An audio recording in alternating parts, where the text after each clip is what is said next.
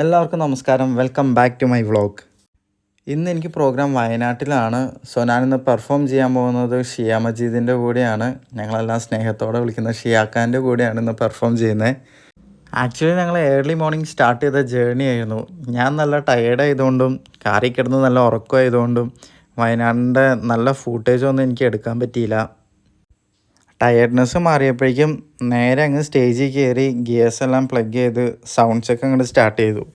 So നമ്മുടെ ഇന്നത്തെ main vocals ഷിയാക്കയാണ്. പിന്നെ നമ്മുടെ കൂടെ ഒരു ഫീമെയിൽ സിംഗറും ഉണ്ട്, ഷെയ്ക്കത്ത. പിന്നെ ഓൺ DJ അമൽ ബ്രോ. പിന്നെ ഓൺ കീസ് പോളേട്ടൻ.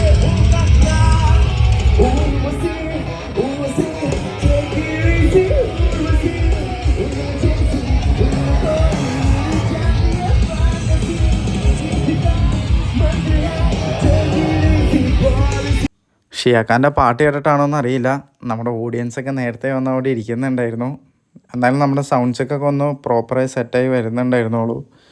സൗണ്ട് ചെക്കൊക്കെ കഴിഞ്ഞിട്ട് ഒന്ന് സുൽത്താൻ ബത്തേരി ഒന്ന് ഫുള്ളൊന്ന് റൗണ്ട് അടിക്കണമെന്നുണ്ടായിരുന്നു.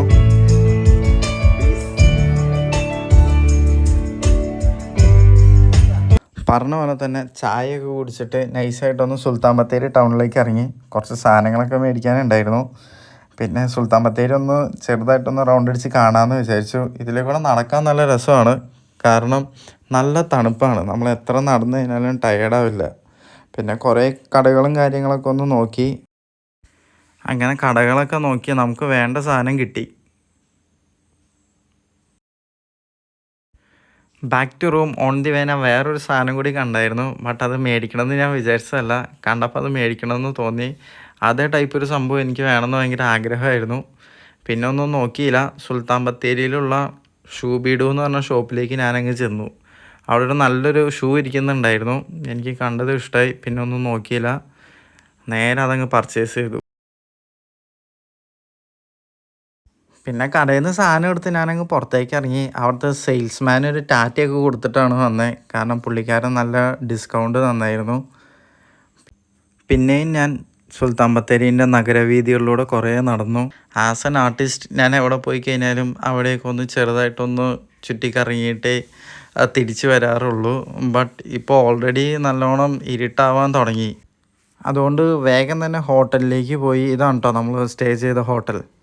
പിന്നെ നേരെ അങ്ങ് സ്റ്റെയർ കേസൊക്കെ അങ്ങ് കയറി ഹോട്ടൽ റൂമിലേക്ക് ചെന്നു. അവിടെ നമ്മുടെ കോ ആർട്ടിസ്റ്റുകളെല്ലാം റെസ്റ്റ് ചെയ്യുമായിരുന്നു. ബട്ട് എല്ലാവരും ഞാൻ വന്നപ്പോഴേക്കൊക്കെ ഓണായി സെറ്റായിട്ട് ഇരിക്കേണ്ടായിരുന്നു. പിന്നെ ടൈം ഒട്ടും കളയാൻ നിന്നില്ല. ഒന്ന് ചെറുതായിട്ടൊന്ന് ഫ്രഷായി. പിന്നെ കോസ്റ്റ്യൂമും കാര്യങ്ങളൊക്കെ ഒന്ന് സെറ്റ് ചെയ്യണമായിരുന്നു. അതും സെറ്റാക്കി നേരെ നമ്മുടെ പ്രോഗ്രാം സ്പോട്ടിലേക്ക് പോകണം. അപ്പോൾ എല്ലാവരും റെഡി ആയിട്ട് അങ്ങോട്ട് ഇറങ്ങാണ്. ബട്ട് ഒരാളെ ഞാൻ ഒന്ന് പരിചയപ്പെടുത്താൻ മറന്നുപോയി. നമ്മുടെ കൂടെ ഒരു ഫീമെയിൽ സിംഗറും കൂടി ഉണ്ട്. ചേച്ചീൻ്റെ പേര് ഷെയ്ക്ക എന്നാണ്. ബട്ട് ഞങ്ങളെല്ലാവരും ഷെയ്ക്കത്ത എന്ന് വിളിക്കും. അടിപൊളി സിംഗറാണ്.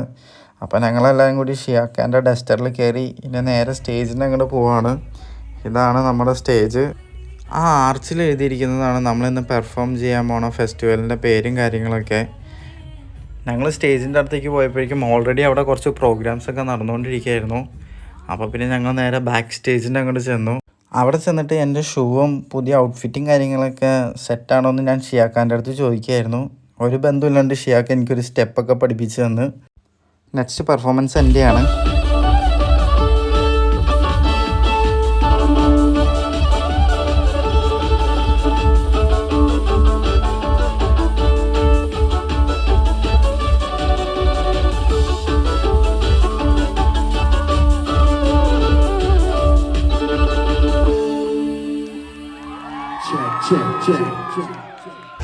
നെക്സ്റ്റ് പെർഫോമൻസ് നമ്മുടെ ഷിയാക്കാൻ്റെയും ഷെയ്ക്കത്തേൻ്റെയാണ്. കൂടെ നമ്മുടെ അമൽ ബ്രോയും ഉണ്ട് ഓൺ DJ. അവരും നല്ല പൊടി പെർഫോമൻസ് ആയിരുന്നു. ഒരു രക്ഷയുണ്ടായിരുന്നില്ല. ഓഡിയൻസൊക്കെ ഫുൾ ഓണായിരുന്നു.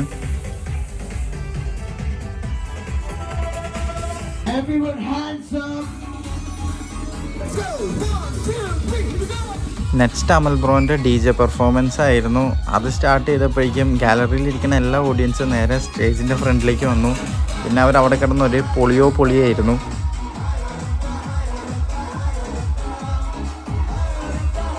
പിന്നെ ഞാനും ടൈം വേസ്റ്റ് ചെയ്യാൻ നിന്നില്ല. ഉള്ള ടൈം കൊണ്ട് മാക്സിമം ചില്ല് ചെയ്തു.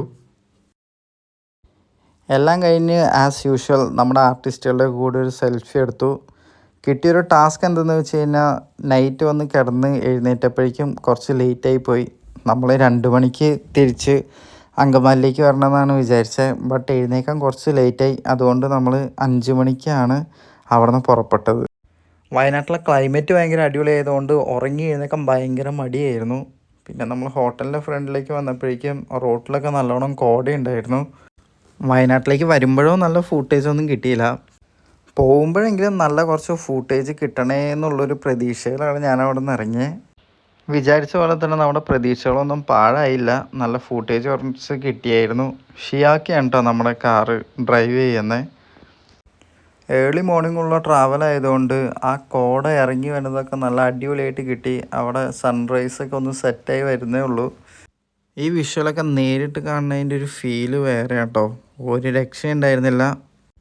നമുക്ക് അത്യാവശ്യമായിട്ട് എറണാകുളം എത്തേണ്ടത് കൊണ്ട് അവിടെ അധികം നേരം നിന്ന് നമുക്ക് എൻജോയ് ചെയ്യാൻ പറ്റിയില്ല. ഉള്ള ടൈം കൊണ്ട് വേഗം അങ്കമാലിയിലേക്ക് വരികയാണ് ചെയ്തത്. സോ ഇത്രയൊക്കെയാണ് നമ്മുടെ ഇന്നത്തെ വ്ളോഗ്. അപ്പോൾ നിങ്ങൾക്കിത് ഇഷ്ടമായെന്ന് പ്രതീക്ഷിക്കുന്നു. ഓൾസോ നിങ്ങളുടെ അഭിപ്രായങ്ങളും നിർദ്ദേശങ്ങളൊക്കെ രേഖപ്പെടുത്താം. ഇനിയും വ്ളോഗ്സ് വേണമെങ്കിൽ അങ്ങനെയും ചെയ്യാം. അങ്ങനെ ഞങ്ങൾ ഒരു 1 മണിയൊക്കെ ആയപ്പോൾ അങ്കമാലി എത്തി. ഷിയാക്ക എന്നെ അങ്കമാലി ഡ്രോപ്പ് ചെയ്തിട്ട് ആലുവയിലുള്ള ഫ്ലാറ്റിലേക്ക് പോയി. ഞാൻ ഷിയാക്കയ്ക്ക് നൈസായിട്ടൊരു ടാറ്റ കൊടുത്തിട്ട് എൻ്റെ വീട്ടിലേക്കും പോയി. അപ്പോൾ ബൈ ഗൈസ്.